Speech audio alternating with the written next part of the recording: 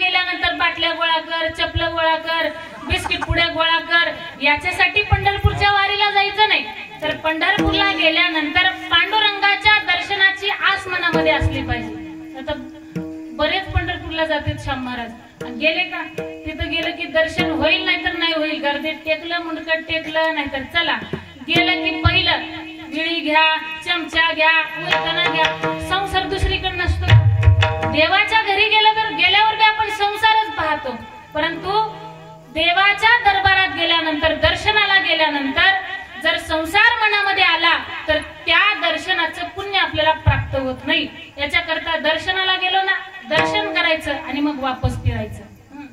टाळी वाजवावी, गुढी उभारावी, वाटती चालावी पंढरीची, पंढरीची वाटती चालावी पंढरीची. हाताने टाळी वाजवली पाहिजे, मुखाने नामस्मरण केलं पाहिजे आणि या पायाने तीर्थयात्रा केली पाहिजे. हे सांगतात कायेची सेवा. का? कारण काया म्हणजे शरीर आहे आणि या शरीरामध्ये, शरीर म्हणजे पंढरपूर आहे आणि आतमध्ये राहणारा पांडुरंग परमात्मा आहे. कसं म्हणाल? काया ही पंढरी, आत्मा हा विठ्ठल,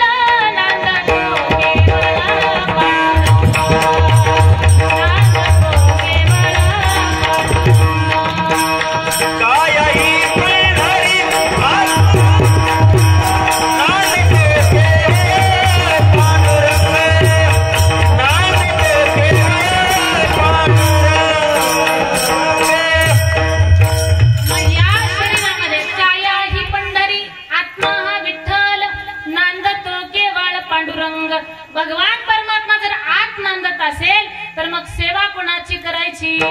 जर आतला देवच आपल्याला जर कळाला नसेल तर माणसं स्वतः म्हणत फिरतात बघा, अहम ब्रह्मास्मी. संसार सोडला नाही पाहिजे तर काय केला पाहिजे? संकल्पावी माया संसाराची, संकल्पावी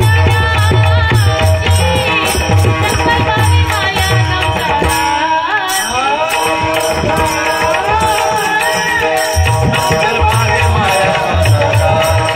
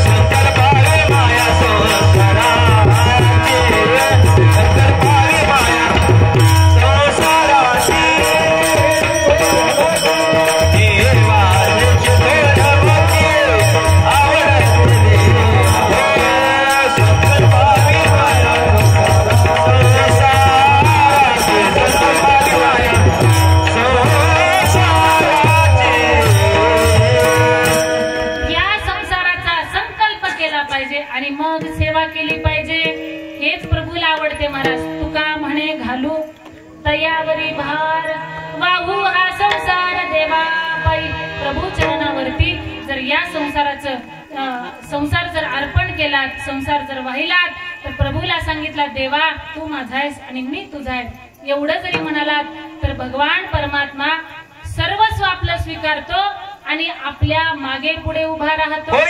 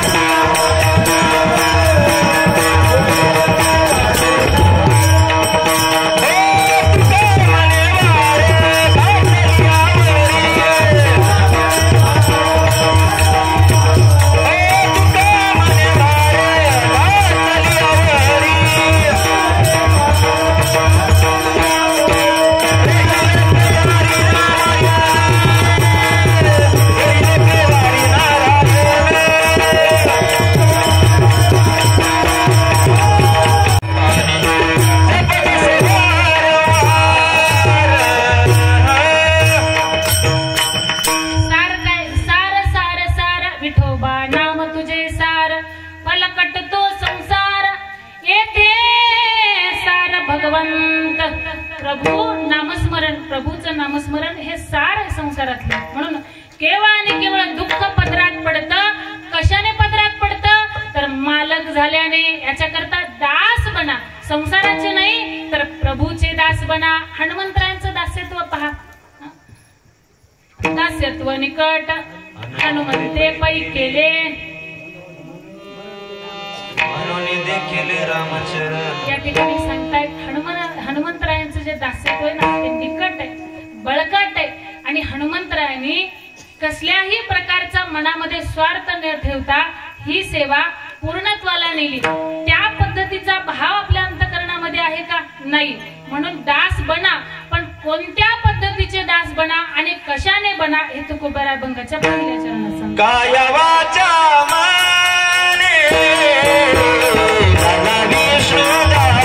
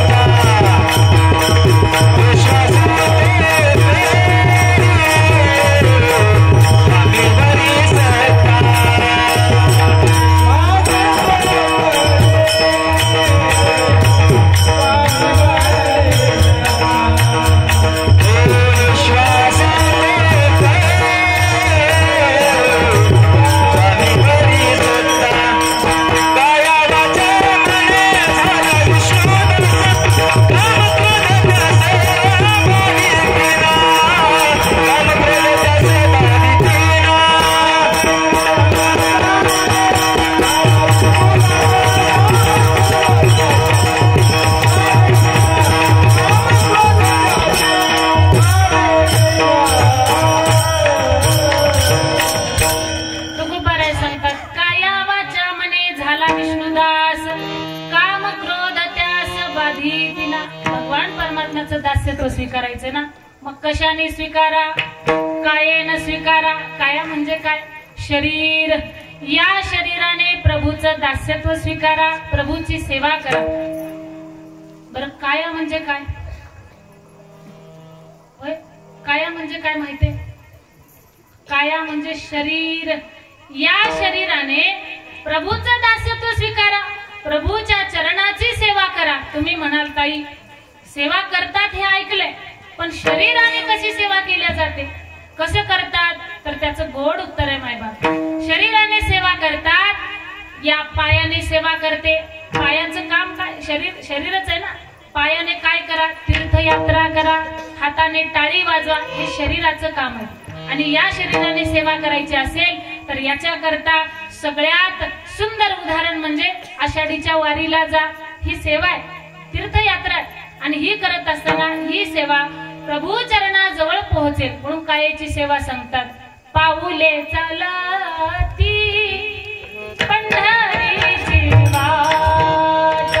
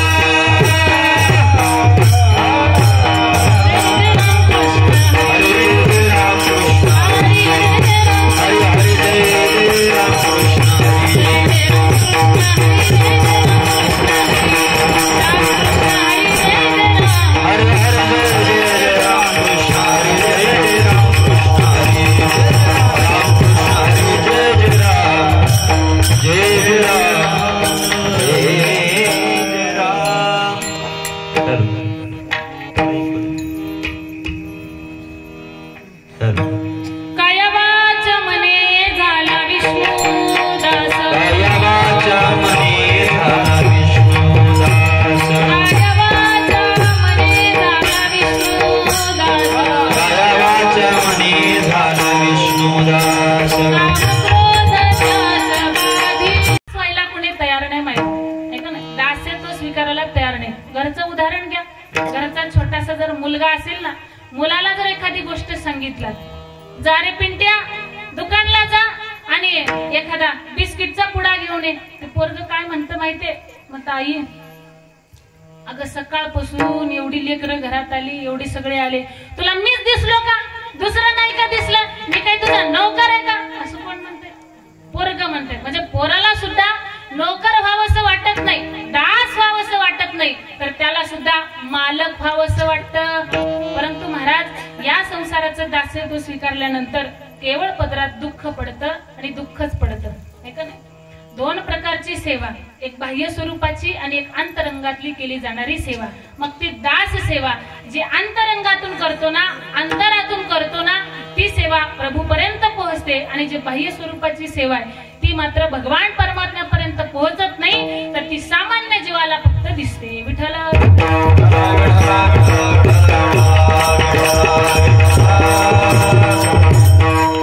म्हणून महाराज या ठिकाणी सांगतायत की संसाराचं दास्यत्व स्वीकारल्यानंतर पत्नीचं सुद्धा दास व्हावं लागतं इथं बसलेल्यापैकी कोण कोण पत्नीचं ऐकत नाही बरं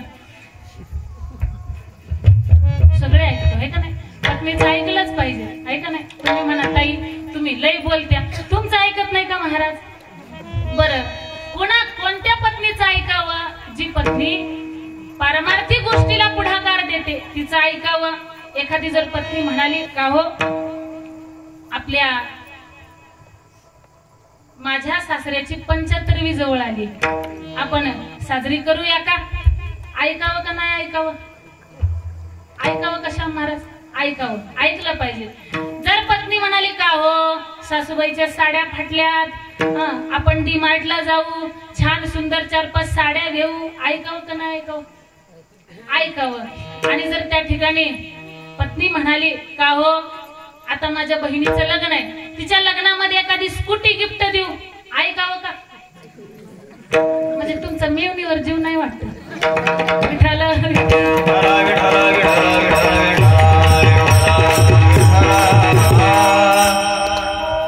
ऐकलं पाहिजे जी पत्नी पारमार्थिक विषयाला अनुसरून ज्या गोष्टी सांगते ना तिचं ऐकलं पाहिजे पण जी सांसारिक विषयामध्ये गुंतून ठेवते नाही जायचं भजनाला तर त्या पत्नीचं ऐकावं का ऐकू नये मायबाप का ऐकू नये तर त्या ठिकाणी सांगतायत की पत्नी ही जिवंतपणे नरकाला नेणारी असते जी उपदेश करत नाही ना ती पत्नी नरकाला नेणारी आहे असं तुकोबाराय सांगतायत बाईला म्हणता खर ही बायको जी आहे ना मरता तरी बरे बर का या ठिकाणी सांगतायत की बाबा ना शियले घर तुमकोनिया ना शियले घर तुमकोनिया म्हणून बायको जे जे सांगते ते आपल्याच उपयोगाचं आहे का असं नाही तर जी पारमार्थिक विषयाला तोड देते जे पारमार्थिक विषयामध्ये पुढे नेते ना तर त्याचं दास्यत्व स्वीकारलं पाहिजे अन्य कोणाचं दास्यत्व स्वीकारू नका असं तुकोबाराय सांगतात जर या संसाराचं दास्यत्व स्वीकारला तर दुःख दुःख दुःख पदरात पडतं कारण हा संसार कसा आहे संसार दुःख मूळ चौकडे इंगळ विश्रांती नाही कोठे रात्रंदिवस तळमळ रात्रंदिवस तळमळ या संसारामध्ये आहे दुःख बांधावडी आहे हा संसार दुःखाचा विचार नाही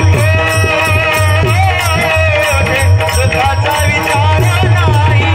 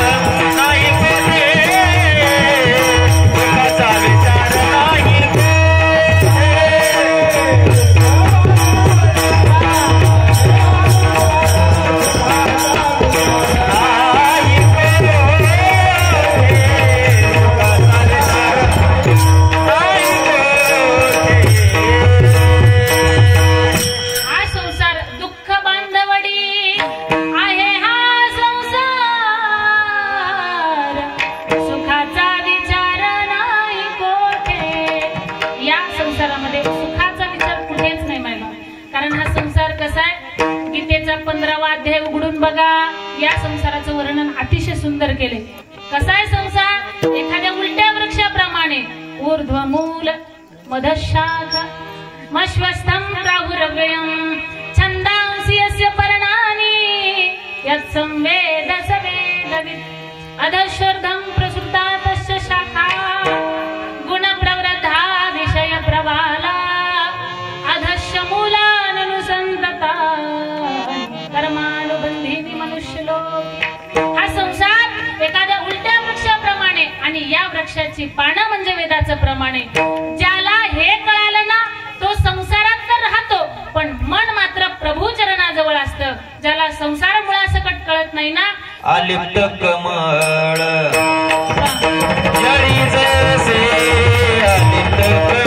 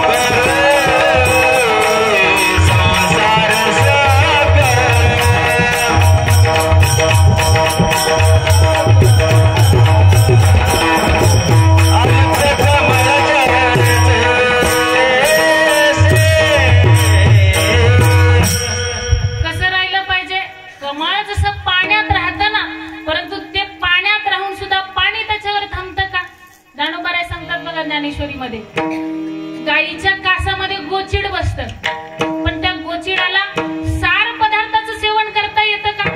त्याला दूध घेता येतं का? येत नाही. तर ते काय करतं? रक्त पितं महाराज.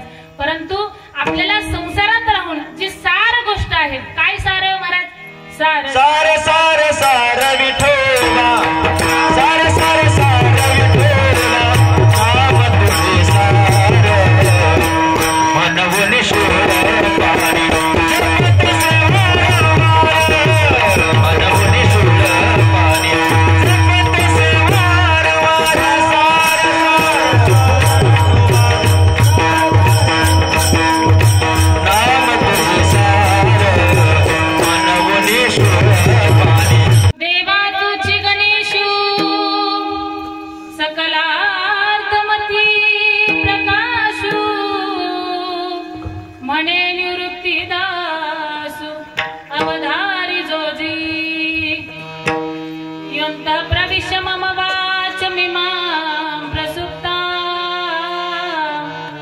संजीवयत्यखिल शक्तिधर स्वधाम्ना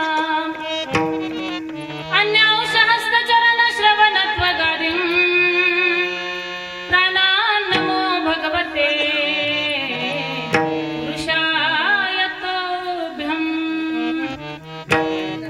गुरुर्ब्रह्मा गुरुर्विष्णु गुरुर्देवो महेश्वरः गुरुर्साक्षात् परब्रह्म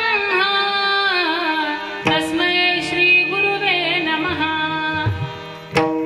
महायोगपीठे तटे भीमरथ्यो वरं पुण्डरीकाय दातुं मुनीन्द्रेः समागत्य तिष्ठन्तमानन्दकन्दम् परब्रह्मलिङ्गं भजे पाण्डुरङ्गं. पांडुरंगा करू प्रथम नमन पांडुरंगा करू प्रथम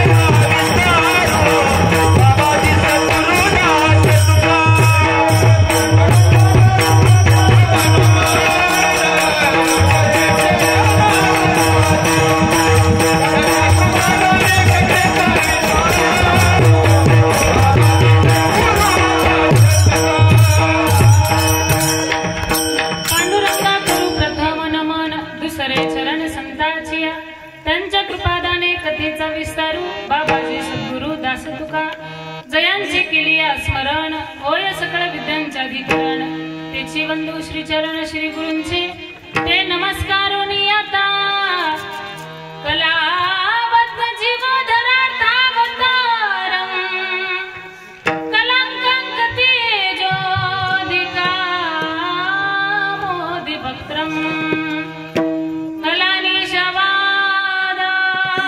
कलानिशवादापनोदारदक्षं समाधिस्थ मूर्तिं भजे ज्ञानदेवा नमो ज्ञानेश्वरा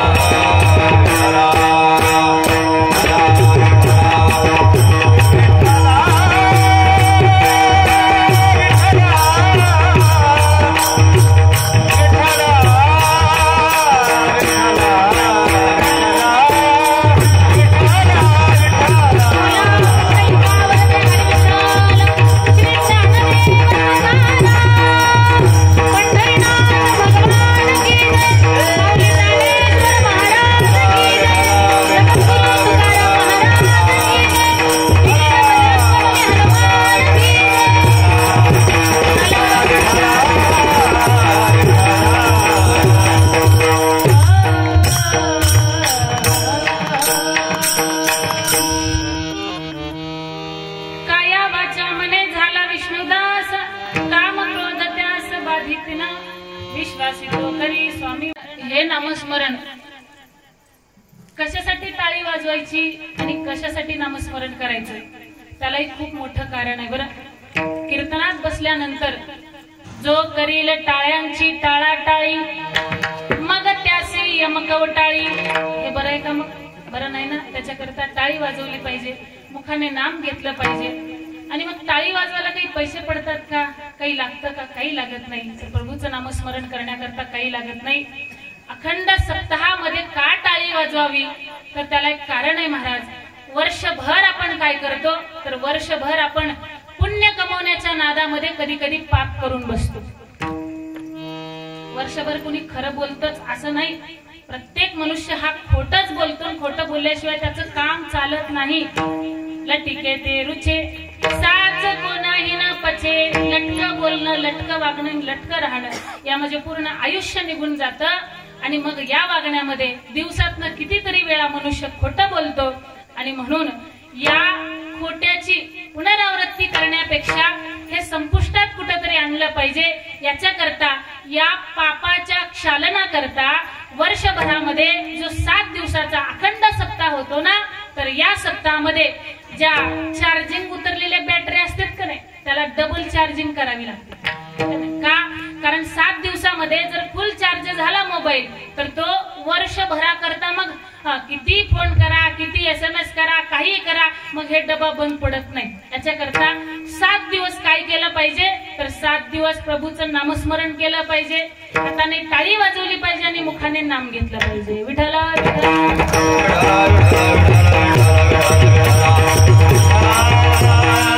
त्याच्याकरता संत महात्म्य अवताराला येतात आणि संत महात्म्य अवताराला येऊन सामान्य मनुष्याचं जीवन जगतात. आणि सामान्य मनुष्याचं जीवन जगत असताना या जीवाला उपदेश करतात. पर उपदेश कोणी कोणाला करावा आणि का करावा, कशासाठी करावा तर तो उपदेश या संसारामध्ये, या संसारातून तरुण जाण्याकरता, या भवसागरातून तरुण जाण्याकरता या जीवाला एक सरळ मार्ग भेटला पाहिजे. याच्याकरता संत महात्म्य अवताराला येतात. तुकोबारायांचा जो काही अवतार झाला तो अवतार काही सामान्य नव्हता मायबाप. जरी दिसायला तुकोबाराय सामान्य असले तरी सामान्य होते का? तुकोबाराय सामान्य नव्हते. तुकोबारांच्या 2 पत्न्या या समाजाला दिसतात पण तुकोबारांचा परमार्थ आपल्याला शेवटपर्यंत कळाला नाही आणि तो कळणारही नाही. कारण तुकोबारांनी जो परमार्थ केला, तुकोबारांनी जे जीवन जगलं त्या जीवनाचा एक थोडा तरी क्षण आपल्याला घालवता येत नाही. का येत नाही? कारण त्यांची सेवा कशी होती महाराज. जी हनुमंतरायांनी सेवा केली, सेवा करत असताना कोणती सेवा केली पाहिजे आणि ती सेवा त्याच देवापर्यंत पोहोचेल हे तरी आपल्याला माहिती आहे का?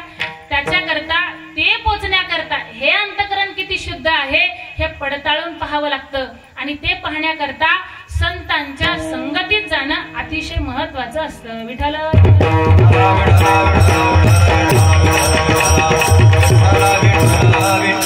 म्हणून तुकोबारा या अभंगाचा सरळ सरळ भावार्थ सांगतायत बघा. किती सोपा भावार्थ आहे. काया वाचा मने झाला विष्णुदास. जो कायेनं वाचेन आणि मनानं विष्णुदासांचं, विष्णू भगवान परमात्म्याचं दास्यत्व स्वीकारतो ना त्याला काय होत नाही महाराज. काम क्रोध त्याशी बाधित ना. त्याला काम क्रोधाची बाधा होणार नाही असं तुकोबाराय सांगतात. मग आम्हाला जर काम क्रोधाची बाधा होणार नाही तर आम्ही सेवा करायला तयार आहोत. मग या सेवेसाठी काय काय अर्पण करावं लागेल? त्याच्यासाठी एक गोष्ट मात्र निश्चित करावी लागेल. काय? विश्वासी तो करी स्वामीवरी सत्ता. विश्वास ठेवला पाहिजे आणि भगवान परमात्म्यावर इतका विश्वास ठेवला पाहिजे की त्या विश्वासाला कुठंतरी तडा गेला पाहिजे का? नाही. तर तो विश्वास कायम पक्का असला पाहिजे. एखाद्या गोष्टीचा निश्चय केला, एखादी गोष्ट भेटेलच पण त्याच्याकरता प्रयत्न केले पाहिजे इतका ठाम विश्वास माणसाच्या मनामध्ये असला पाहिजे. आणि जर हा विश्वास ठेवला तर फायदा काय? सकळ भोगिता होयत्या. तुकोबाराय सांगतात जर विश्वास ठेवला तर त्या साधकाला या भगवान परमात्म्याची सर्व संपत्ती नोहे नोहे तर या सर्व संपत्तीचं जे काही अनुकरण, जे संपत्ती आहे ना या संपत्तीचा भोगता तो साधक बनत असतो. म्हणजे या सर्व संपत्तीवर अधिकार त्या साधकाचा असतो. म्हणून विश्वासी तो करी स्वामीवरी सत्ता. बरं, जर आम्हाला संपत्ती भेटत असेल, आम्हाला जर सर्व भोगायला भेटत भेटत असेल तर याच्याकरता काय केलं पाहिजे? तुकोबाराय सांगतात याच्याकरता एक केलं पाहिजे बाबा. तुका म्हणे चित्त करावे निर्मळ, चित्त निर्मळ केलं पाहिजे. आणि जर चित्त निर्मळ केला तर एवोनी गोपाळ राहे तेथे, असा सरळ सरळ अभंगाचा भावार्थ आहे. विठ्ठल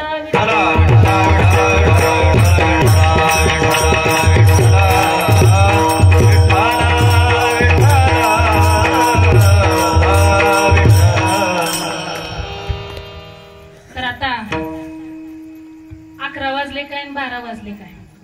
रोहिणा गाव म्हणजे माझ्यासाठी माहेराप्रमाणे झाले. आणि माहेरात लेकीचं कीर्तन म्हणजे चला मग कोणी बोलणार नसतं का? कारण एकदा सुनेची म्हणा किंवा कोणाची म्हणा येती जाती झाली की माणूस घाबरतो का? पैसा मारत येती जाती झाल्यावर काही भीव आहे का? नाही. कारण नवीन आहे तोपर्यंतच सासू कशी, सासरा कसा, दीर कसा याच्याकरता भ्यावं लागतं. सासर कसं म्हणून भ्यावं लागतं. आणि एकदा येती जाती झाल्यावर पुन्हा घर आपलंच आहे, सासूबाई आपल्याच आहे, सगळं आपल्याच आहे, आपल्याच मोठीत आहे. त्याच्यामुळे भिण्याचं काही कारण नाही. त्याच्याकरता सुंदर असा अभंग आहे. लक्षपूर्वक ऐका म्हणजे कळेल. तुकोबाराय अभंगातनं सांगतायत दास्यत्व स्वीकारा, दास बना. कोणाचे दास बना? संसाराचे दास बना असं म्हणतायत का? नाही. संसाराचं दास्यत्व स्वीकारायचं नाही, पण मनुष्य हा कुठेतरी संसाराचं दास्यत्व स्वीकारून बसलेला आहे. तुम्ही आम्ही सगळेच या संसाराचे दास बनलेलो आहोत. कोणाचे दास? संसाराचे दास, पत्नीचे दास, मुलाचे दास. इथं बसणाऱ्यापैकी असं कुणी ठामपणे सांगू शकतं का की आम्ही संसाराचा दास नाही आहोत? ज्ञानोबाराय ज्ञानेश्वरीमध्ये वारंवार एक शब्द रिपीट करतात बघा. म्हणे निवृत्ती दास, नाही का नाही, अवधारी जोशी. निवृत्ती दास म्हणजे दास्यत्व पत्करण्याकरता किती जरी मोठा मनुष्य असला तरी सुद्धा त्याच्याकडे ज्ञान भरपूर असेल तर त्याचं दास बनलं पाहिजे, स्वीकारलं पाहिजे, तर ज्ञान आपल्याकडे येतं. आणि जर दास्यत्व स्वीकारला नाहीत, जर मालक व्हायचं ठरवलं, बरं मला सांगा मालक होणं चांगलं का दास होणं चांगलं? बोला रोहिणीकर. दास होणं चांगलं आहे का नाही? पण आपल्याला काय व्हावं वाटतंय? मालक व्हावं वाटतंय. सप्ताहाचा म्हणा, घरचा म्हणा, कुठलाही म्हणा, मालक व्हावं असं वाटतंय. मग मालकाला थोडं टेन्शन असतं का? मालकाच्या मागे किती टेन्शन असतं. हे करा, ते करा, अमुक करा, तमुक करा, बऱ्याच गोष्टी असतात. पण दास